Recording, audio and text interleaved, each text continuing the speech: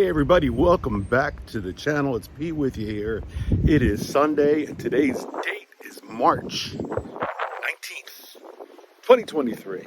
It's a beautiful Sunday, but hey, it's kind of windy and chilly too. But I am out in the Carroll County area. Got a very special vlog for you today. I'm visiting a great friend of mine, CK, and he's going to show us some amazing things that he's collected throughout his life, like jukeboxes, gas pumps, Americana advertising, fortune tellers, things like that. And he's going to give us stories about them too. So let's go see CK right now. He is expecting me.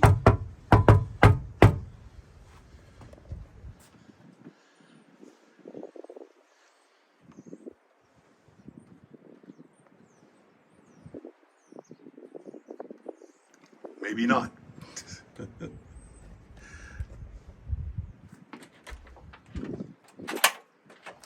Are you CK? What's up, Mr. Pete? What's going on? How are you? Pretty good. How you doing? Good. And you were expecting me, I was. and here we are in his house. Well, I'll just give you a little glimpse here, but we're gonna go. Can we go inside and chat a little bit? Sure, come on in. All right, let's go inside and chat. All right, so we're walking through to this area here. This looks really cool. Okay, sit here. Yes, that's perfect. CK, have a seat. Let's I'll just get down right here. All right, so tell everybody what got you into not just jukeboxes, but collecting other things too. Well, I've always liked history, and it's a long story, but jukeboxes were kind of my interest in mechanical devices. As a kid, I used to take everything apart, see how it worked, and we had an old jukebox in the basement that we got in 1969 in Harrisonburg, Virginia. And when I became a teenager, kind of got discarded, and I asked my mother if I could restore it, and she didn't care. And it was an undertaking to figure out, exactly how it worked and to find parts and to restore it. And that kind of just got me motivated because it was a perfect blend of music and antiques and restoration, and just there was a lot of things there that were a good mix for me. That kind of started me with just my interest in Americana. At that point, it had just been cars and some liking mechanical things. Right. But then that got me more motivated to pursue other history artifacts and Americana items. So you worked on that jukebox. That was at your parents'. What happened after that? Well, that was a 1952 Seaburg. Once I restored that, I pursued other jukeboxes to restore.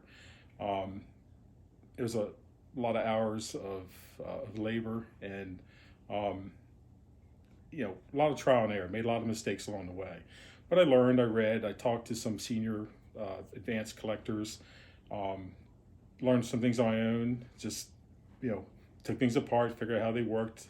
Like I said, made some mistakes, but over time I got better at my restorations, both with the appearance and also the mechanical restorations of them. And I just pursued more jukeboxes. I'd buy them, fix them up a little bit, sell them, get some others. Finally, I was able to afford the more expensive ones, more desirable ones. So it was kind of like a cycle. I'd buy, restore, sell, get something else I wanted that hopefully was a little rare, a little more valuable. Mm-hmm.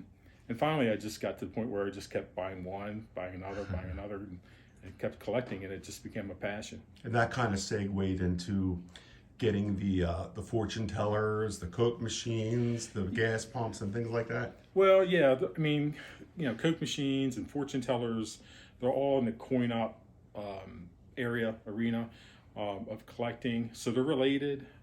Gas and oil are different. I always had interest in cars, and so gas and oil stuff is very hot these days. Totally different than the coin-op collectibles, but I still like,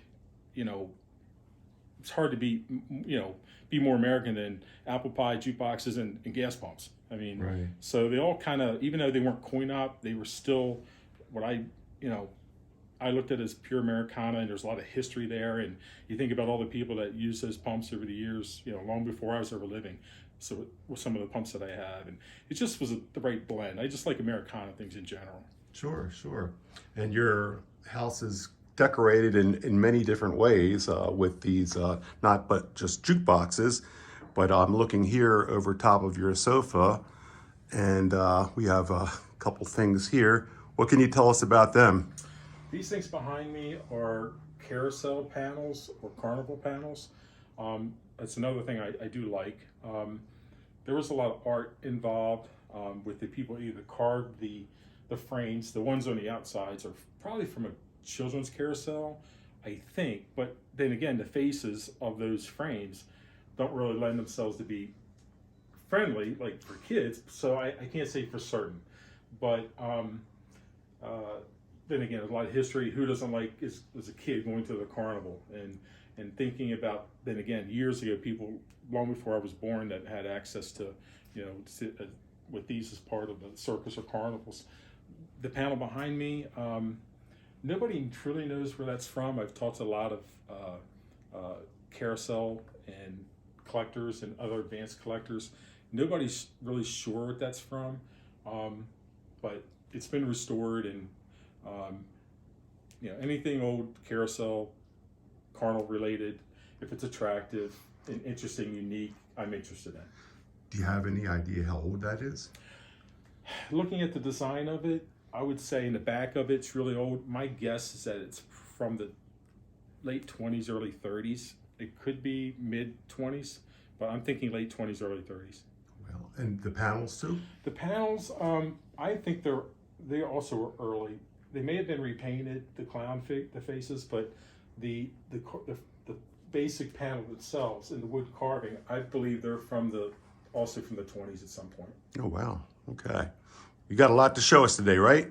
Got a few things. All right, ready to give us a little tour? Sure. CK? All right, well, let's do it. All right, so right away, there's this guy up here. Tell us about this guy, CK. My friend Cranky, I call him Cranky. That's Cranky, his name. okay. His name's Cranky. He is a old circus display piece that they would put on top of an entrance to a circus, probably from the 20s. It's just part of a marquee or advertising piece. He's made out of paper mache. That one came out of a collector in New York. Actually, American Pickers found that on season 14 in an episode. And Mike Wolf found it, and he apparently sold it to Danielle. And then I acquired it from Danielle's collection. So he's a guy that kind of look over this place and make sure nobody enters this area without permission. And if they do, then he scares them out. It's either him or you got shepherds too. Who are they? I forgot their name. Hoss and King. Hoss and King. Where are they now? They're put away. You don't want to meet those guys. Those guys are. You put them away on my behalf. Yeah. They're away for the day. But they're friendly to me, but they don't like strangers. They don't like strangers. Okay. And this guy too. He's cranky. Yeah, he is cranky, but he's unique, and he's one of the pieces that that will remain here for a long time. Yeah. That's a keeper then, right? Yep. All right. What can you tell us about this piece here? Now that's a jukebox. We see that, but it looks very, very old. Now this guy here is unique. It's from 1937. It's a Wurlitzer Model 50. This was Wurlitzer's only attempt to make a console jukebox out with a Wurlitzer countertop mechanism. I have some countertops you'll see in a few minutes, but the mechanism in there is not like a regular full-size Wurlitzer. It's a countertop mechanism in this console. It's some people, it's kind of not the ideal jukebox. It's not too flashy. It is a rare piece. They only made 900 and some, and in 30 years of collecting, I've seen 4. Wow. This Okay. is the only one I had a chance to buy. I bought it last summer actually last spring, probably in April, and I restored it and finished the restoration in September. And you have pictures of what it looked like before, Yes. too, right? Okay. Yeah. And I'll show everybody what it looked like before as compared to what it looks like right now. Yeah, the story on this was in an old restaurant cafe in Indiana somewhere, and they'd had it for years. They had actually painted it black with black oil paint, and like most of these old jukeboxes, kind of just got discarded. But it takes. Right guy found it. He called me because he knew I had a countertop collection, and we worked the deal out. I was able to acquire it, and I was restored it, and And it works. it works. Can you show us how it works? Sure. Without, I can't let too much of it play because of copyrights, but if you can pick an oddball song maybe that's in there. I don't know what you got. I see some Bing Crosby, Andrews Sisters, Ella. I think there was probably Christmas music in this because I never didn't exchange it out since we I didn't take it out since. I mean, but look at this. It's 12 plays, right? 12 plays, 12 That's records. 12 records. That's it. Yep. So let's I'm gonna play number just- 4 for a few. Just a few seconds, just to show the record. Very simple. You just press a button, then you put in your coins. Yeah, sorry about the glare, guys, but hopefully you can see the. It lifts the records up, and the needle goes in between. Wow. There you go.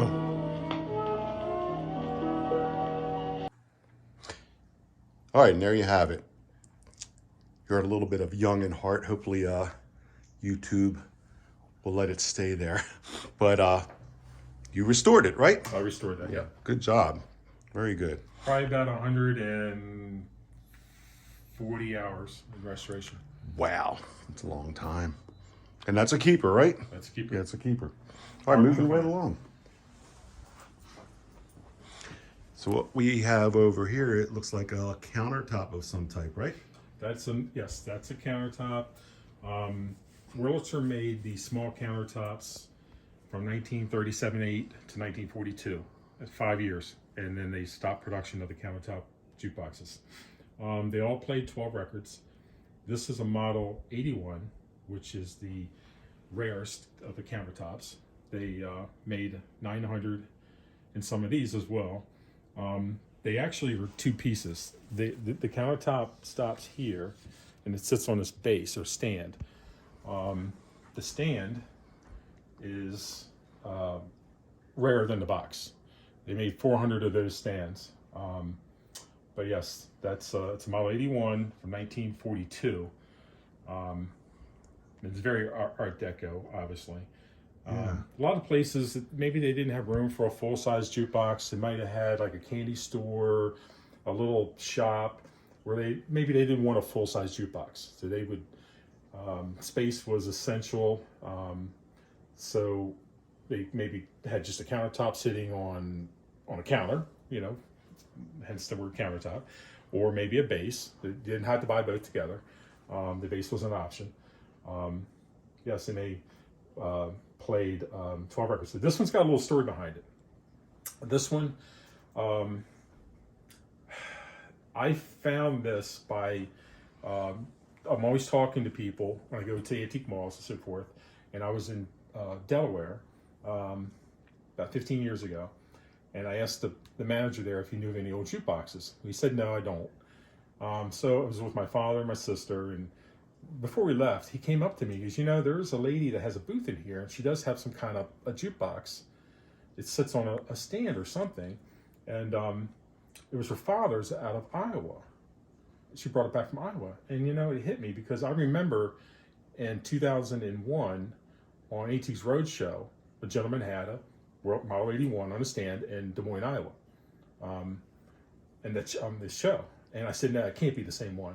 So I eventually had her number, and I called, left a few messages. It took me 4 or 5 months to get a hold of her. Well, finally I reached her, and she wanted it. It was the same one by chance.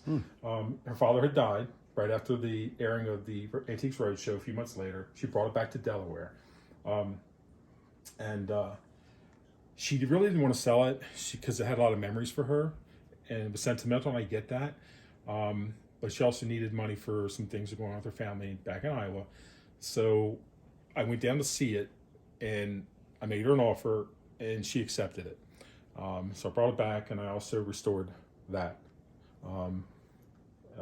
mechanically. It does have the original finish and plating and the castings, but internals I've restored. What about the plastics? The plastics are original, and the Model 81 was the only one that has orange plastics with cranberry swirls in them. You maybe can't pick it up, but there's cranberry swirling in the plastics. It was the only Wurlitzer model that had that. Oh, I see. Yeah.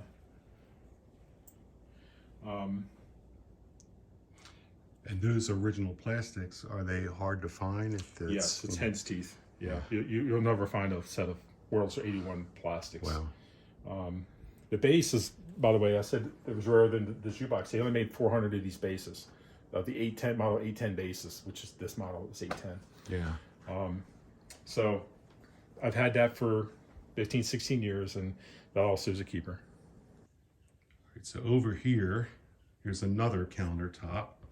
That's just the opposite of the one that we just looked at over here. What can you tell us about this, CK? Well, it's also one of the world's first countertops. It's a Model 41, made in 1941.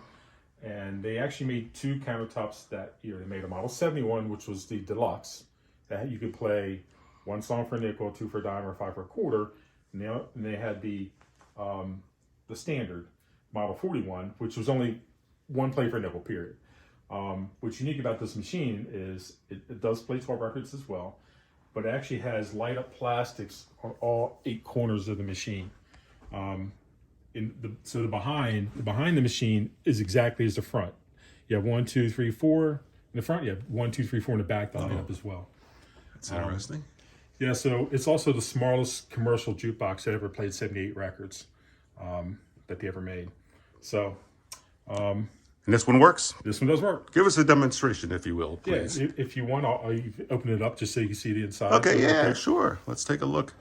So you can see this is called See the mechanism. A clamshell, because it's like a clam. And I'll remove the title board. You can see some of the internal workings. Look at that. And this is from what year? 1941. 41. That's incredible. Yeah, I have a lot happening in a small piece here. Yeah, yeah. And I actually didn't label the songs, so I'm just going to pick one. It's like potluck. Potluck as far as the music will play.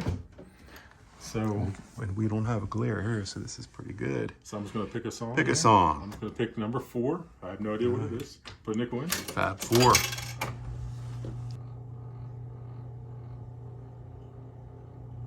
can see how the mechanism comes up and down.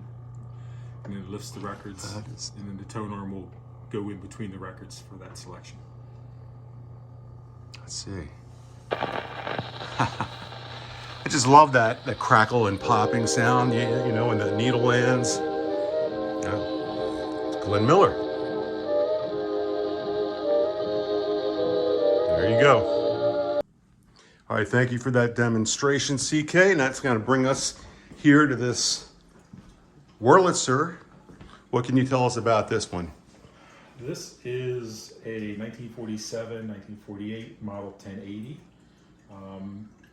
Made just after and in conjunction with your traditional bubbler jukebox that most people are familiar with. It was really made for upscale, refined locations. If I had a hotel or an upscale restaurant, for example, a hotel lobby that I didn't want something as flashy and as like loud and obnoxious as maybe the 1015 bubbler it might be. This was a little more refined looking. They only made one of these for every 11 1015s, so they are much, a lot less of those than the 1015 bubblers. It also is the only jukebox that does not have a straight panel on it. Everything's curved. It's also referred to as the Mae West because of its profile. and styling. It's known as a Mae West? Mae West. Oh, okay. Model 1080 Mae West, people call that. All the full-size Wurlitzers from the 40s played 24 records. So once again, you know, one song for a nickel, two for a dime, five for a quarter. The main cabinet is mahogany. Most of the Wurlitzers are walnut. The main cabinet is mahogany. This has been fully restored. And it's one of the most beautiful jukeboxes they've ever made. It's got some nice colors. Yeah, very elegant looking. And even in the back, around that back panel. Yeah, it has a British courting scene in the back mural. Yeah, there it is. That is the original mural. Nice. All right, moving right along over here to this beautiful Coke machine. So what do you know about this one here, CK? Well, it's a VMC 33. VMC made 33s as well as Vendo. They look very similar. It's a small Coke machine that is popular because of its size. It's not too big. Obviously, you know, talking soda machines, the 33 means the number of Cokes it would hold. So a VMC 33 means it holds 33 sodas. The downside of this is you're limited to just one brand, Cokes in this case. Unlike some of the Vendo, like Vendo 56 or a Vendo 81 that have the door that you open, you can pull one out. They had multiple selection options. This is strictly one brand. Like just Coke, that's it. Coke in this case. Or you can put something different in Yeah, it. right. When it was on location, it was just, yeah, right, just Coke. I would assume if you're seeing a Coke machine like that, it should have Coke in it, right? Correct. And it's from the mid 50s. Yeah, it's nice, beautiful, and that's restored. It's restored, yes. And it works. It does work. It does work, but there's no Coke in it right now. No sodas in it right now. Bummer. All right, nothing like a bottle of Coke. So what's this? What's this cat rack thing This here? guy? Yeah. This is actually an original panel from Indiana Beach Amusement Park in Indiana. They actually closed the park about 3 years ago and never to be opened again. A friend of mine had access to go in and buy some stuff that once the park closed, he bought all the signage, some other things, including fortune teller, which I ended up buying from him. Then the community got behind an effort to try to reopen the park. They actually ended up having an investor buy the park. They thought sure that was never going to happen. So now it's open again, which I never thought was going to happen. But that's an original sign from that park. And it's not tremendously old, and it's not like 90 years old or 80 years old, but it is a sign that was done by one of the artists in the original park before it closed. And I just liked it because it says cat rack, and I like cat things. And you have cats too? We have 3 cats, yeah. so it kind of worked. They're all locked away too. Yeah, you know, as a kid on the carnival on your boardwalk, you get the 3 balls, you throw at the cats, try to knock them down. That's what the cat rack is. Right, I remember that. I liked, I always liked knocking down these cats. They also call those cats circus punks. So it's just a fun sign. Yeah, that's very cool. And that's an original too, and it's from Indiana Beach, right? Indiana Beach Amusement Park in Indiana. Very good. All right, let's go in this room now. All right, so we're gonna come in this room now, and in this room, there's a lot of action going on. I'll just do a quick pan just to show you guys what's in here. But we're gonna start right here. Okay, this is a Wurlitzer 800, made 1940. Well, the history with this one. This was the first Wurlitzer to ever have bubble tubes. Yeah, look at that. 1940. It's a bubbler. Is that It's they a called it bubbler, bubbler? but it's, Wurlitzer actually made 5 different bubblers, or jukeboxes with bubbles in them. Most people think of the 1015, these are iconic jukebox with bubble tubes. But this was the original Wurlitzer bubbler.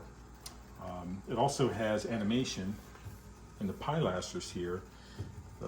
These plastics are made out of Catalan plastic, but the effect was supposed to look like columns of fire, which you think for 1940, it's a pretty cool design to come up with an effect that looks like columns of fire. Yeah, absolutely. And is that the original plastic? Everything on this machine is original. The plastics are original. Actually, these were originally white. They turned dark over time. They were like a sheet of white paper for the most part. They turn this color. It's a reaction to light as well as nicotine and environment that they were subjected to. The original grill cloth is embossed, as you can see. That is the original grill cloth. Yes. The original paper on the sides. And you know, I do what I can to keep them as original as I can, if possible. And 24 plays, 24 selections. Yep. Very nice. All right, and we're going to move down here to this one. All right, this is probably as pretty of a Art Deco machine as you will find. It's a Mills Empress, made in 1939, 1940. Once again, a Catalan plastic. Before 1938, 39, there were not jukeboxes that had plastics in them like this because that technology wasn't available yet. Once they became, once developers came up with the idea of being able to make translucent plastics, jukeboxes became much more colorful, which is why pre-1938, most jukeboxes looked like an old radio. Just wood cabinets, not the flashy yellow and red and blues and so forth that you see. But this is 1940, it plays 20 selections. They didn't sell a lot of these compared to Wurlitzer. I think it's one of the most beautiful Art Deco jukeboxes that they ever made. Yeah, I agree. And the red really pops. And I hope it's coming through in the video, but it is just beautiful. Very, very nice. All right, so that brings us to this handsome gentleman right here. The old pirate. That's Petey the Pirate. Is it Petey the Petey Pirate? the Pirate. Hey, how about that? Hey. All right, so what can you tell us about this fortune teller? Well, it's not an old one. It's not a vintage fortune teller, but it's got a kind of an interesting story. I got it out of Cleveland, Ohio. I found it in a listing online, and the funny thing about it was the guy that was listing it was a younger gentleman, his 30s somewhere. Apparently his grandfather had worked in the business. He was probably in his early 80s. Somehow he ordered this, and nobody knew about it. So it just arrived one day at the business in Cleveland, and they're like, "What is this?" And nobody knew it was coming. It was an expensive item because it included all the features, including a microphone feature and so forth. Yeah. So we worked out a deal, and I went to Cleveland and picked it up from them. I'm not sure how much trouble the grandfather got into, but it was kind of unique. And the Pirates, I know the company that made these machines. They're made by Characters Unlimited in Boulder City, Nevada. They are quality machines, made very well.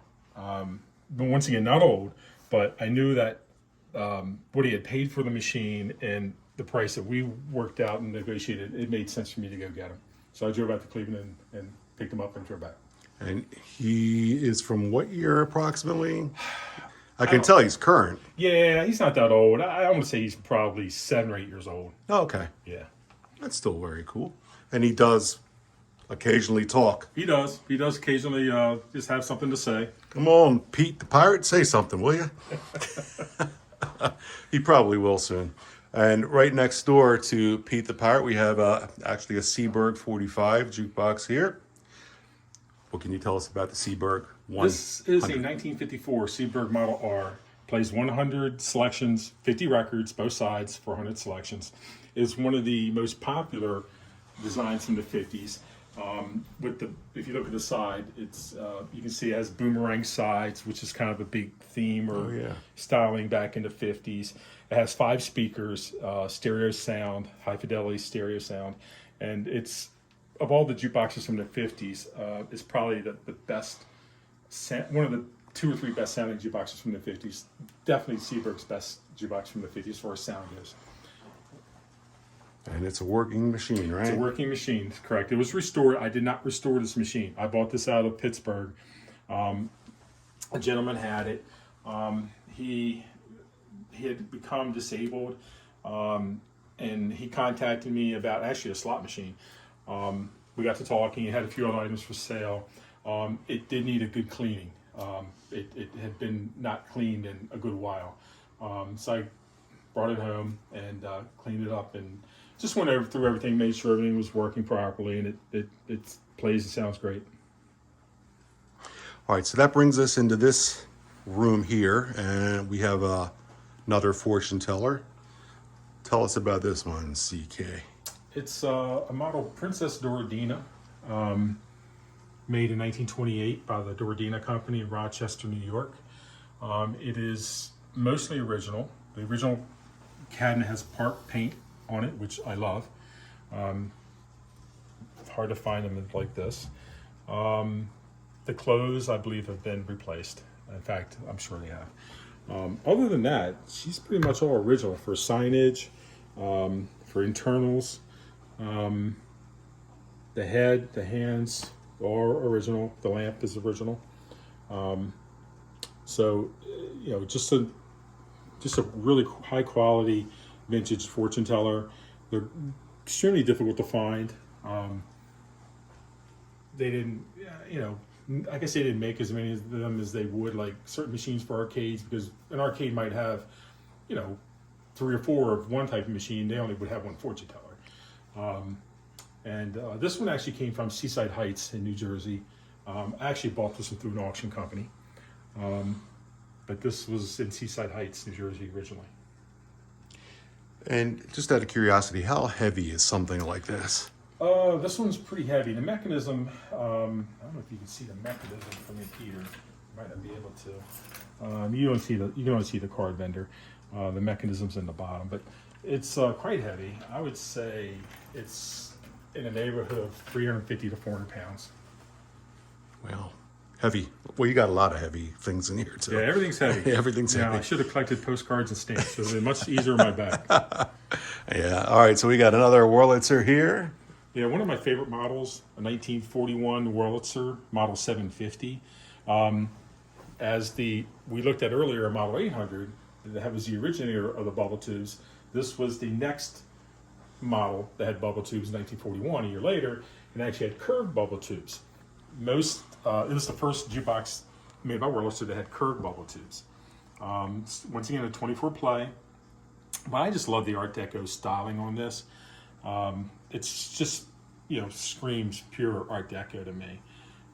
It's one of my favorite models, maybe my favorite Wurlitzer, I'm not sure, but it kind of changes as time goes by. But the one thing about this machine, this was the mid-transition year. They all were 24 selections, but I have another Model 750, which you'll see in a few minutes. But that was a standard of mechanical select where you would press the button, then you would put your coin in. The problem with that is if I pressed 5 selections, went and put a quarter in for 5 selections, I went and sat down. The next guy that could come up, he could simply just lift my selections up and replace them with his.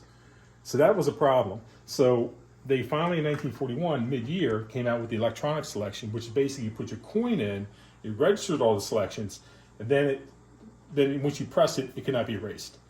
So that was a big deal back in 1941. Yeah, it sounds like it was a big deal and a problem too.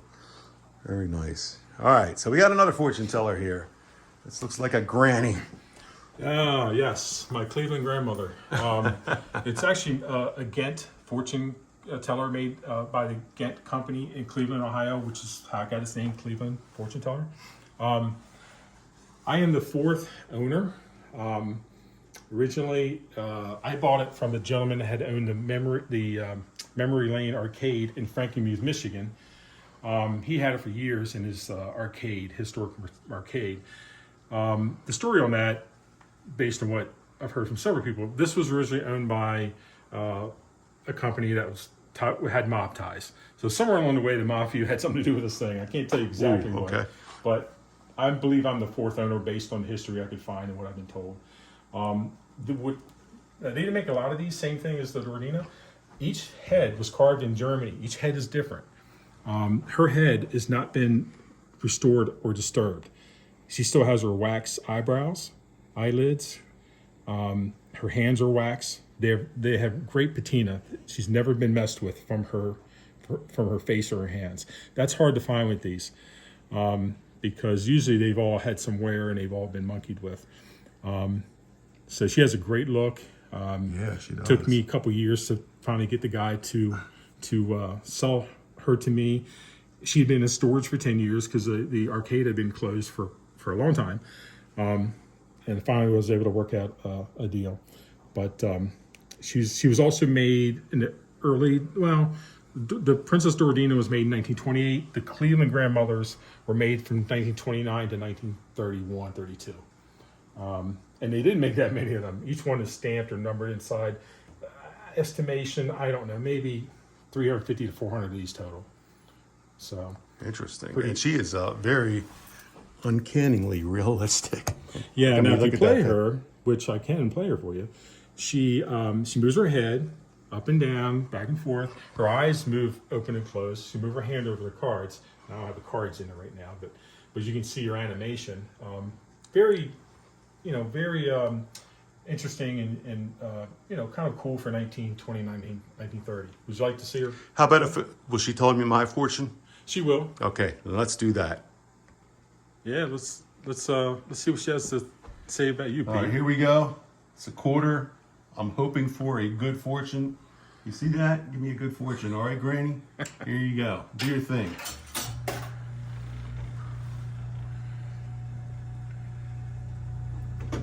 She's moving. She also breathes. I see. Here, chest. All right. Alrighty.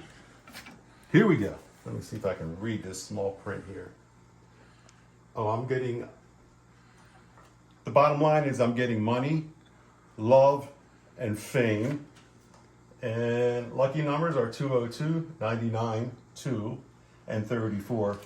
There's a lot more here, but it all looks really good. So I'm a happy guy. Thank you, Granny. Appreciate it. You got the wrong card. Please. I probably did. There you have it. All right, Granny. Well, thank you for that fortune. I really appreciate it. And she is completely made of wax. And while we're on the wax thing, look at what he's got up here. Tell us about this signage here. Good geez. This sign I picked up from a dealer that deals mostly in coin op, but he happened to have this sign. It is an original sign from New Jersey, the wax museum that was in New Jersey, off the boardwalk. At the Chiffante Haddon Hall Hotel. I remember going there as a kid with my parents. I was probably 7 or 8 years old. It closed down when they built the casinos in Atlantic City. They had to take down the hotel at the end. It's probably I would say it's probably from the 60s, early 70s, somewhere around there. Not vintage, not 100 years old, but it's very cool. I like the wax museum theme. It's the only sign that I've seen that ever had anything related to the Solids Wax Museum in New Jersey. And that is that a metal sign? It's metal. Yeah, It's metal. okay. Yes. Yeah, it looks like it's in pretty good shape. It's tin, yeah. Yeah. It was in a wood frame. The wood frame was not very good quality. It wasn't an original wood frame, so I took it out of the frame. That is very cool. Yeah, it's 8 feet long. Very, very cool. All right, so getting back to the jukeboxes, what do you have here behind you? Oh, this is a 1940 Model 700. This came out the same year as the earlier model we looked at, the 800. They were both produced in 1940. This was the economy model. No bubble tubes, no animation. Still 24 play.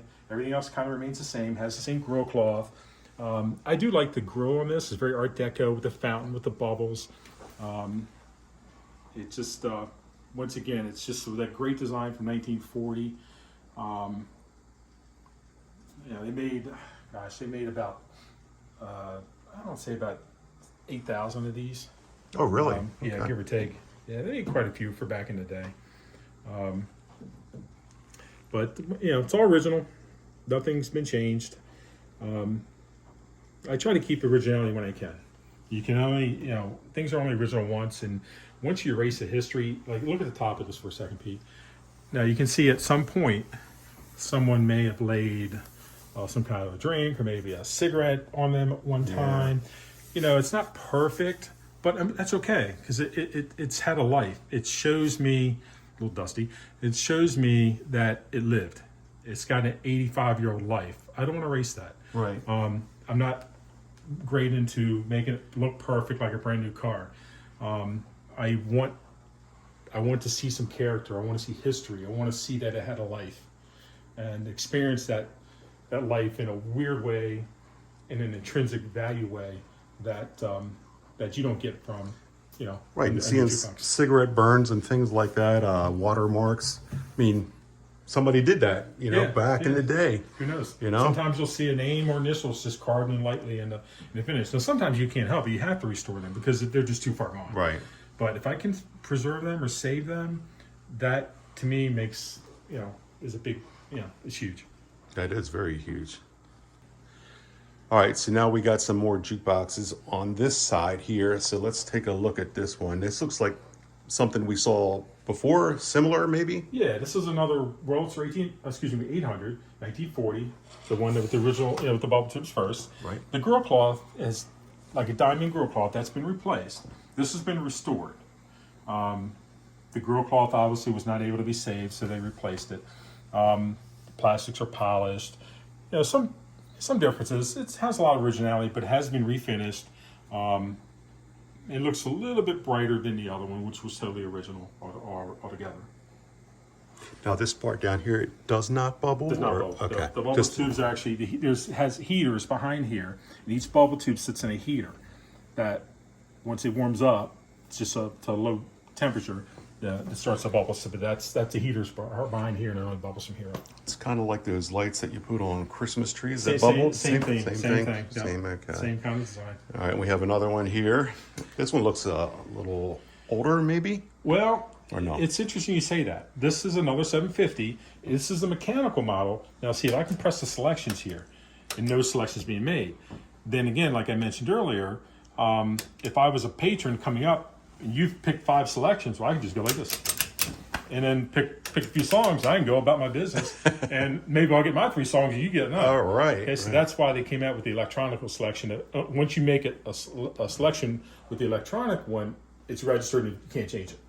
This one's different, but this one is an original machine. It looks a little more solemn, maybe a little older, because I was able to save everything on this as an original machine. Nothing's been replaced on this. So, if you were born in 1941, you'd probably look a little tired too. So it's even the grill cloths, the everything on this machine is original, and that's okay. I want it to look a little tired. Yeah. It's because it's a vintage piece. I could refresh it, make it look minty fresh or new, but I just don't want to ruin history as far as that goes. And you're doing the right thing by not touching it.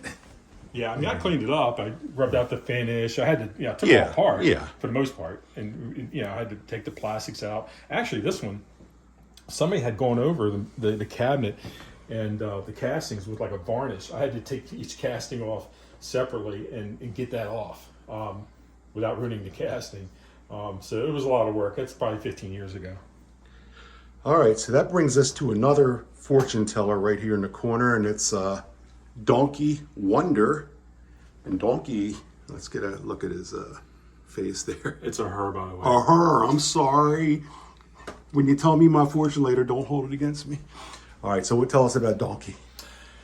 This is actually a recreation of a Roover's donkey. Roover's company out in New York, they made 4 different fortune tellers: a donkey, an elephant, a cat, and a Madame Zeta, a small woman figure. There were very, very few originals left. You can count them on one hand, and they would be, $100,000 range for a nice original. There was Mike Gorski, a well-known guy in the coin-op collectors arena. He reproduced a low number of these. These are still very collectible, recognized by the coin-op collectors of America. Still a prized piece, since there's only very few originals around. But anyway, I can show you how it works. Will it tell me my fortune? Well, yeah. Okay. I'll let you do it. All right, then let's do it. Now, Pete, as you put in your penny to find what Miss Donkey Wonder says about you. I want you to know she's going to look at you. She'll chatter her lips, move her ears. She's going to look at you with her moniker, and then with the stick in her right hand, she'll spin the wheel here, and then whatever number it lands on is your fortune. So it's going to land on a number, and then I get to look at my fortune Yep. on one of these panels here. Yep. All right. Make it a good one, Donkey. All right, don't let me down. So I got to push it in. Is that what I do? Push now. Pull down the I'll handle. pull that. You can tell it's well.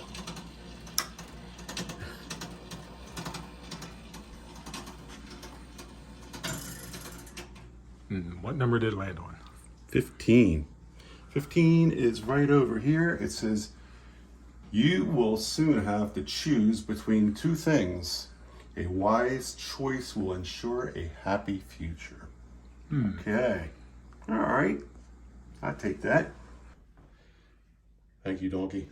All right, so CK, where do you want to head to now? Let's go down to the basement, see what's down there. All right, let's head down to the basement, take a look at some other things. I do have a Vendo 44 here. It's a really popular machine because of its size. Once again, 44 means the number of selections or Cokes it held. 44 Cokes. Also made in 1956, I believe, 56, 57. And it's a working machine? Yeah, it's a working Vendo 44. But no Cokes in it, right? No Cokes in that one. Darn. And this signage here, what is that? My girlfriend's grandfather had a barbershop in Reisterstown, Maryland. That's the sign, just from his barbershop called Mid-City Barbers. And back in the 60s, 70s. So I could have gotten a massage for $2.50? Probably could have. All right. Call that number today. But yeah, there's Buddy. Gotta love Buddy Holly. One of my favorites here. All right, so where do you want to go now? You can go over here. This room here. Oh, and these guys. Oh, look at that. Laurel and Hardy, my boys, right there.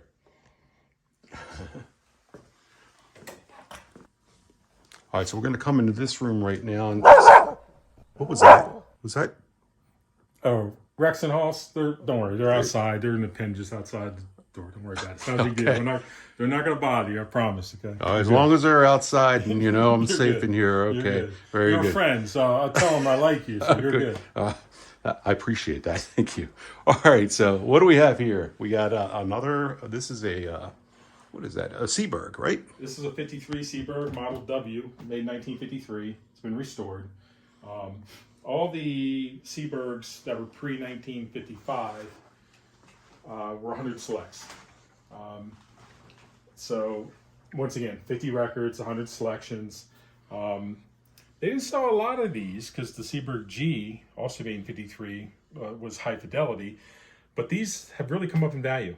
I like these. I like the checkered, for lack of better terms, pilasters and the diamonds on the grill. Very nice. Yeah, I see. Yeah. And the colors here on the plastics. Very 50s. Yeah, I can tell it's 50s. That's very, and this also works too, right? Yep. And so right next to this Seaberg, we have another countertop I see. Yep, a model model 71 from 1941 on an original base. I love the Art Deco base. They made about 4,071s. It has yellow plastics instead of the orange and red swirling, but still pretty much the same machine except for the plastics. The veneer was a little different and the tag. Other than that, the 41 from 1941 and the 81 from 1942 were pretty much the same.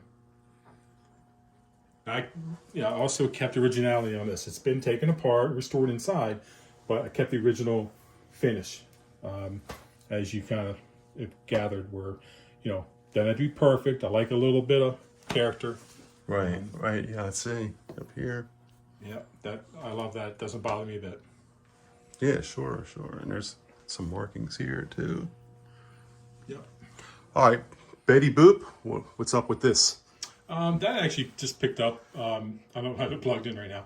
I picked that up with a jukebox I picked up in northern Jersey. The lady had it on the wall, and I asked her about it, and worked out a deal. And brought it home. Is that an original or no? It's not okay, original. okay. No. So it's a remake, a reproduction, or it's not even a reproduction of anything really. It's just it is what it is. Right, it's just right. Yeah. It is very cool though. She's sitting on a banana. It actually looks nice when it's lit up. Yeah, I see it's got some blue and yellows. Yeah, it's pretty when it's lit up. And so over here, as we go, you know what? What's up with this guy? My saber-tooth tiger. Oh, wow, look at this. I mean, you got the dogs, but you also have this guy right here. Well, he's like the what's that movie? The Night at the Museum or whatever it's called. Yeah, the Night at the Yeah, Museum. he's like this during the day, but at nighttime he becomes active. Okay, So, comes to life. Yeah, once again, the dogs you don't need to worry about too much. This guy's the one you should worry about. But he's a saber-tooth tiger. I've had him 15 years. Bought him at an auction. It was made by the Hansa company, which they actually hand make all their animals. Everything's handmade on this. It's not like a cheap stuffed animal you get at a carnival or something. See. And I believe the prices on these things are unbelievable. But I liked him. I saw him at the auction and took him home with me. I remember when you got him. He was in your SUV. Yep. And we actually had somebody thinking it was a real tiger that was tranquilized, if you remember. We brought, I remember that. He was laying on his side in the back of my SUV. We took some couple girls over and said, hey, we got a tiger in this SUV. It's asleep though. Too funny. All right, so we got gas pump back there. It's our first one that we've seen. That's just it's a gas pump that I had made. I came up with the globe idea and the sign is a porcelain sign that was made by a company called the Annie Rooney Company. But it's just a Wurlitzer theme. Obviously, coin op is like gas and oil and vice versa. But sometimes you have theme pumps, and since I have, Wurlitzers were a big thing with me. I like gas and oil. It just came up with something that, Hey, can I get gas from you? I mean, what is that? 27 cents? 26 cents a gallon. Yeah, I'm coming to you, buddy. I don't think you're allowed to use this pump, but that's okay. All right, so we have a Seaberg here. This is a pretty machine. This is a Seaberg C, 1952. This is what got me started. We had a Seaberg C like this in the basement when I was a kid that they may have mentioned to you. That kind of got discarded, and I cut my teeth and learned how to restore jukeboxes by starting with one of these. This has been fully restored, and it's a beautiful machine. I like the light up pilasters with the color cylinders that rotate. And I don't know, it just, for me, it kind of, reminds me of my childhood since I started with this machine as a kid. And it works, you said. Can you play something? Sure. I already have a credit on it. What do you think? Right. You want to play a little, what do you want? You want Buddy Holly? You want, tell me what you can want. play a Elvis? couple of notes of something. So, A couple notes of something, okay? yeah, because just to play it safe with Yeah, they're all going to be... YouTube committee. There's all going to be something in here. Let me see. Yeah, it doesn't matter. You pick it. All right. Surprise! I just want to see. We want to see how the mechanism works up here, going back and forth. All right, there we go.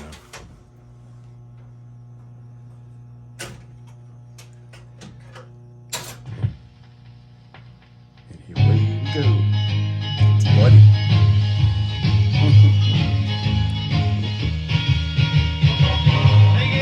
Very cool.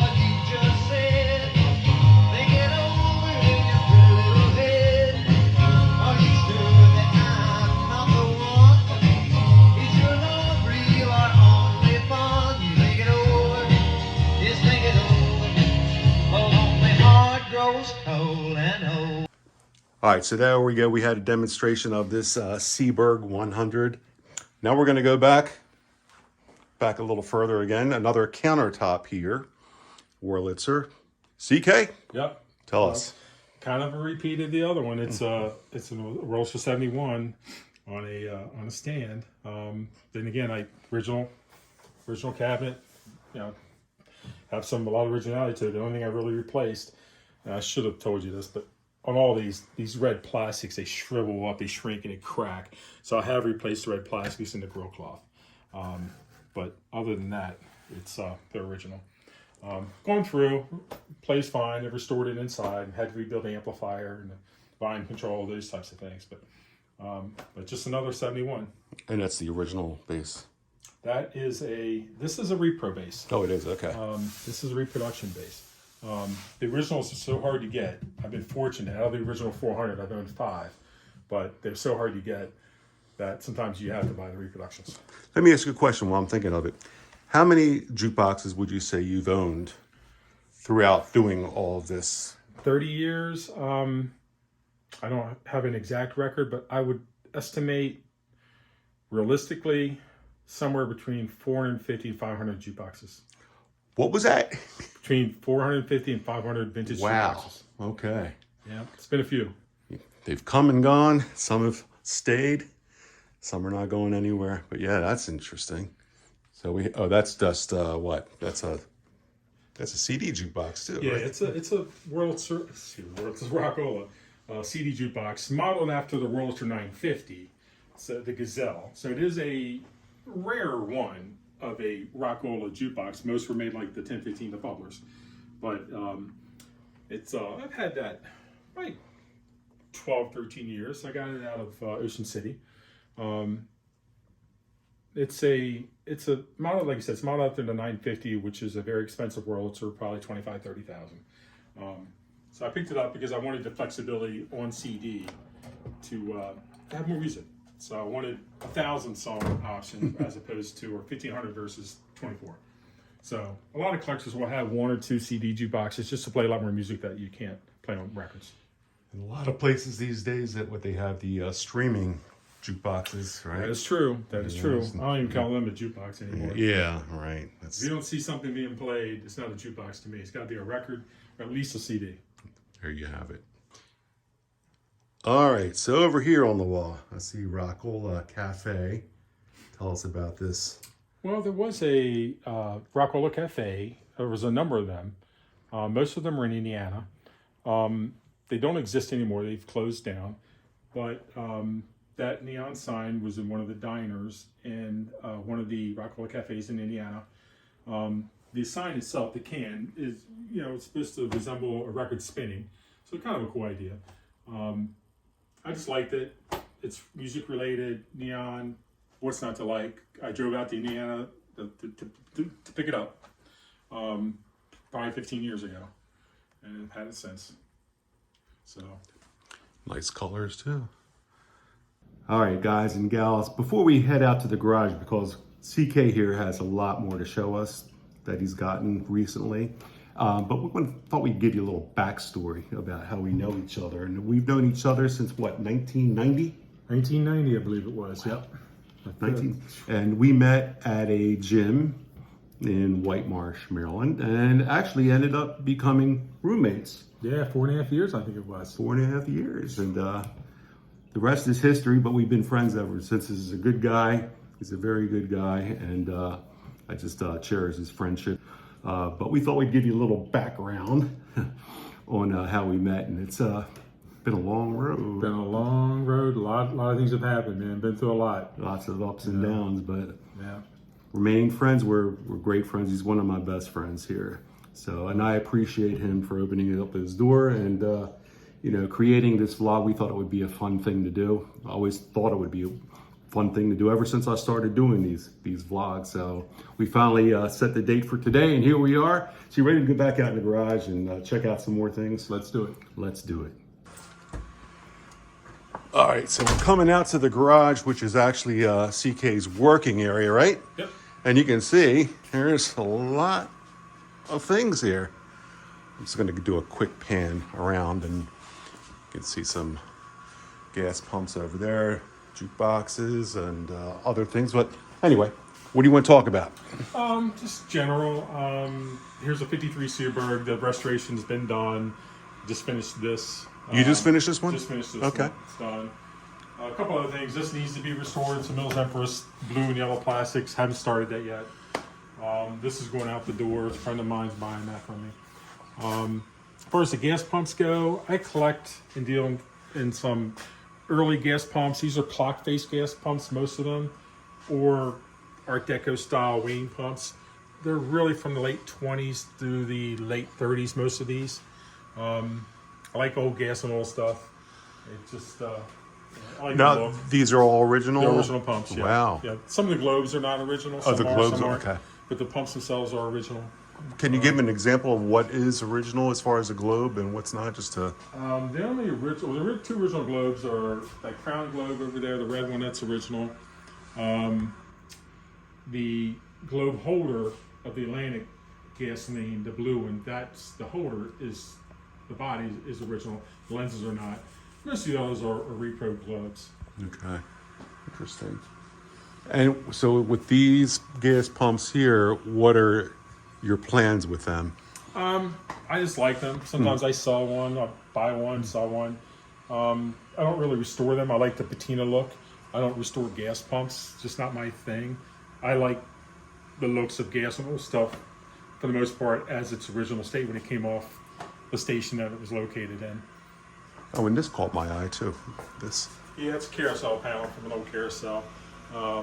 That's probably from the 30s or 40s somewhere. Yeah, that's pretty cool. Over here is another couple other jukeboxes.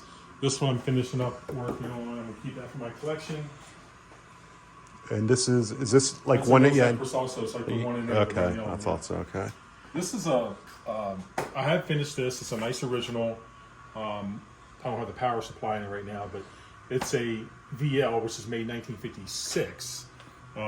It's a Cadillac for Seaberg's 200 Select. Pretty desired machine. I picked this up out of a home in Middletown, Maryland, where it had been since 1969.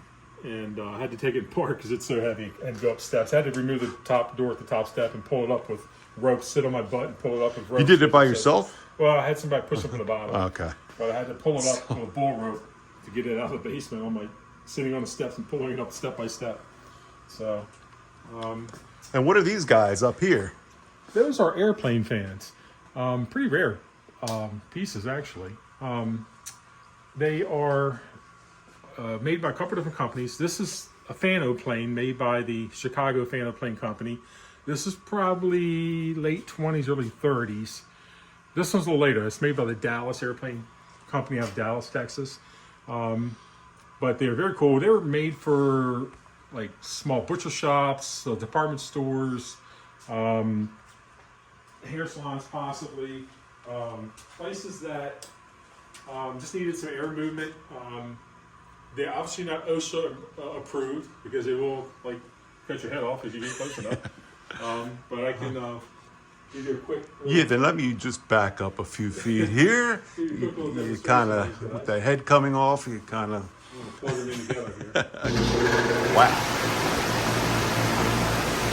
That guy over there.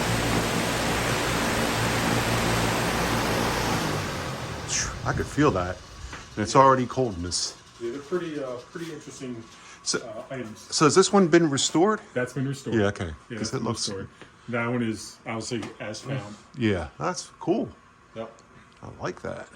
So other than that, have that Wurlitzer slide, but that's not old. And some miscellaneous stuff, Coke machine here and there. You have another Coke machine here. Yeah, that's a nice original. And that pump looks very old. Yeah, that's a Wayne 60, early 30s. People love that pump because it's kind of skyscraper, Art Deco looking styling. They're pretty much in demand. But a little bit later, the clock faces, then they started going to the electromechanical pumps. The clock faces are earlier than the electromechanicals. All right, guys and gals, that's going to do it for today's vlog. Hope that you enjoyed it. CK, thank you so much for opening up your house and showing us around here. Sure. Do you have any final comments to the man. viewers as far as like collecting jukeboxes and things like this right here? If you have any old jukeboxes or know somebody that does need one, you know who to call, or who to get a hold of. And I'm going to post information in the comments on how to get a hold of this guy right here. If you have something like that you want to sell or you're looking for something, this is the guy to call right here. Yeah, if you have CK. something for sale, definitely feel free to give me a call as well. Absolutely. And, you know, if you have any of these too, I'm sure he would be very interested. But thank you so much for watching. We both really appreciate it. Thanks again to CK for opening up his door and showing us around. I mean, it was, learned a lot. Learned a lot here. Glad to have you. Yeah, it's a pleasure, CK. So on that note, see you the next time. Remember to be a good human being. Share a smile and be the reason why someone smiles. So until next time, for CK and myself, peace.